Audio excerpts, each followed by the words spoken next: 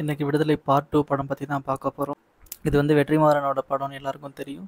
So director வெற்றிமாறன்கிறவர் எப்போதும் புது புது ஸ்டோரி புது புது சம்பவமாக பண்ணுவார். ஸோ அந்த மாதிரி இந்த விடுதலை பாட்டும் தரமான சம்பவமா இல்லை மொக்கைய படமா அப்படின்ட்டு வாங்க பார்ப்போம்.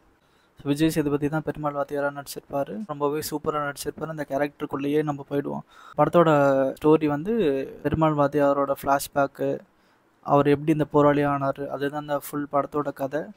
ஆனால் அதுக்குள்ளே என்னென்ன நிறைய சம்பவம் பண்ணி வச்சுருக்காரு நம்ம வெற்றிமாறன்.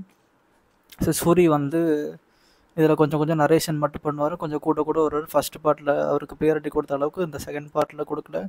ஸோ இந்த படத்தில் யாருடா வில்லன் நினச்சிட்டு இருக்கும்போது சேத்தன் தான் பயங்கரமான வில்லனாக இருப்பாப்புல. அவரோட தான் எல்லா பிரச்சனையுமே ஆரம்பிச்சிருக்கும். அதாவது ப்ரெசண்டில்.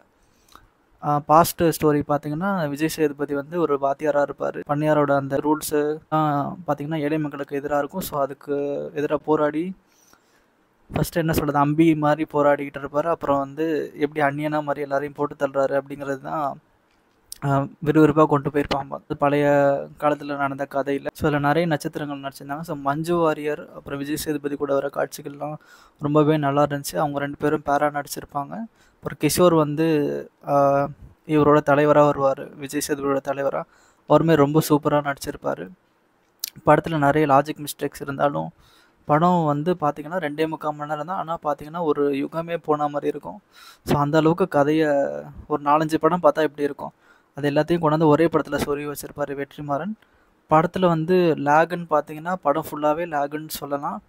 ஏன்னு கேட்டிங்கன்னா அந்தளவுக்கு ரொம்ப ஸ்லோவாக போகும். உங்களுக்கு வந்து அதான் நான் சொன்னேன்னு 2.25 மணி நேரம் படம் பார்த்தா மாதிரி இருக்காது. 2-3 படம் சேர்த்து பார்த்தா எப்படி இருக்கும் அந்த மாதிரி இருக்கும். அரசாங்கத்தை எதிர்த்து போராடினா என்ன கதியாகும்ன்ட்டு எல்லாருக்கும் இந்த மாதிரி தான் இதுலேயும். ஸோ அந்த ஜிகர்தண்டா 2 படம் பார்த்துருந்தீங்கன்னா உங்களுக்கு தெரிஞ்சிருக்கும். இந்த கிளைமேக்ஸில் எப்படி பண்ணுவாங்களோ அதே மாதிரி தான் இந்த படத்துலேயும் பண்ணுவாங்க. ஏழை மக்கள்னால இழிச்சவாங்க தானே. ஸோ அதனால் கடைசியில் என்னன்னு பார்த்தீங்கன்னா அரசாங்கம் தான் இதாகும். இதில் வந்து இந்த போலீஸ் கேரக்டர் வந்து தமிழ்ன்றவர் நடிச்சிருப்பார். ஸோ அவர் வந்து ரொம்ப சூப்பராக நடிச்சிருப்பார். கௌதம் மேனன், ராஜீவ் மேனன், கிஷோர், அப்புறம் இன்னும் நிறைய பேர் நடிச்சிருந்தாங்க. ஸோ எல்லாருமே கேரக்டர் ஏற்றுக்கிட்டு நல்லா நடிச்சிருந்தாங்க. ஸோ ஃபஸ்ட் பார்ட்டில் சூரிக்கு பேரா வரவங்களை வந்து செகண்ட் பார்ட்டில் காமிக்கவே இல்லை. ஸோ சூரியுமே கொஞ்சம் தான் காமிச்சாங்க. ஸோ அதுதான் ஒரு டிசப்பாயின்மெண்ட். ஏன்னா ஃபஸ்ட் பார்ட் ஃபுல்லாக சூரி தான் கதைநாயகன் சொல்லி ப்ரொமோட் பண்ணிவிட்டு இப்போ பார்ட் 2 வந்து சூரி அப்படியே ஆஃப் பண்ணிவிட்டு இது பண்ணுவாங்க. ஆனால் இந்த படத்தோட முக்கிய கருத்து என்னென்னா, எது நடந்தாலும் கேள்வி கேட்கணும், அநியாயத்தை கண்டா பொங்கணும். ரொம்ப நியாயமாக இருந்துச்சு கதை. கொடுத்த காசுக்கு ஒருத்தான்னு கேட்டால் டபுள் த ஒர்த் மூவி கண்டிப்பாக. ஏன்னா வெற்றிமாறன் அசுரன் படத்தை பிஜியத்தை தூக்கி இதுக்கு போட்டால் எப்படி இருக்கும், அந்த அளவுக்கு வெறித்தனமாச்சு படம்.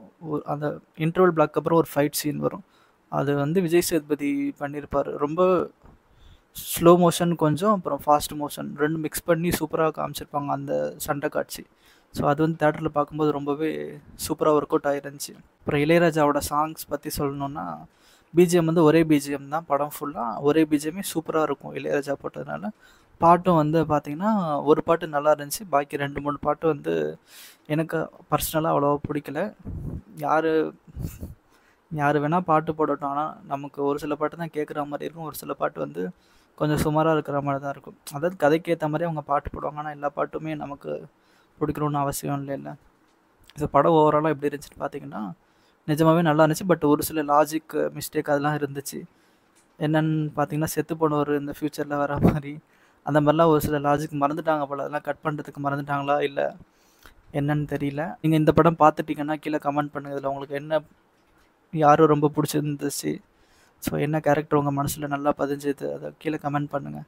மறக்காமல் சேனலை சப்ஸ்கிரைப் பண்ணிக்கோங்க. தேங்க்யூ.